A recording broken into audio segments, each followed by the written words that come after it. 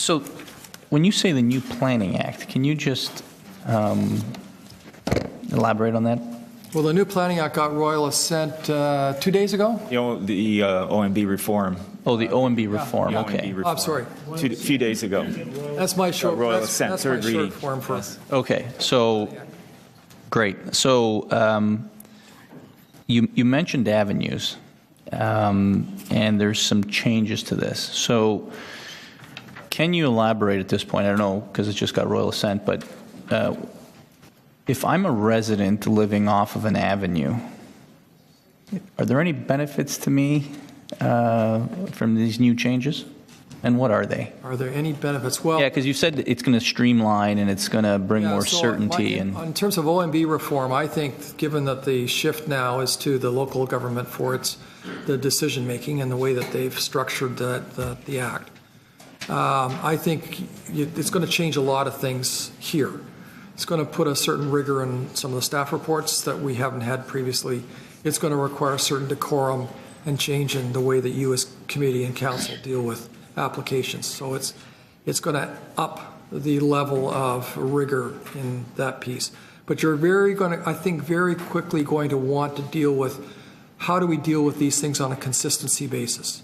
So right now that is just somewhat less, and someone sees the planning documents as sort of floors on which you can make amendments to change things, sort of willy-nilly. I think when you as council really understand you've got the final decision here, you're going to want to be more consistent, because people are going to call you out if you're not.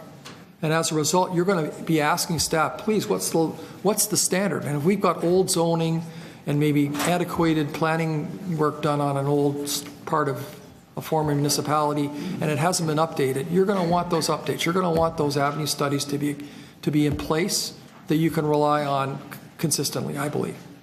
And I think I think the lens is going to change, and I think it'll take 2 or 3 or 4 years for that to sort of evolve. But I can anticipate that is additional work for all of us. So this new reform, is what you are saying basically code for between councillors and residents? There's going to have to be less NIMBYism, if I can use that word, because the OMB is going to force things back on us if we don't get it right? I'm not sure that it is the OMB sending things back to you because of that. I think you're going to have to be acutely aware of the opportunity that people have in making investments in the city. It can't be everything's a no, right? You can't end up not investing back in your city. So you're going to have to find a way to have appropriate investments, probably not as, crazy kind of applications that we get now that are, the densities at 2 times coverage and they come in with 10. Well, that surely will start to ebb. But you're going to have to deal with this issue of NIMBYism or rampant development in a much more constructive way, I believe. In the way it's being reformed, they're still upholding the same provincial policy statements and the same Yes. City of Toronto official plans. That is correct. Okay, those are all my questions. Thank you.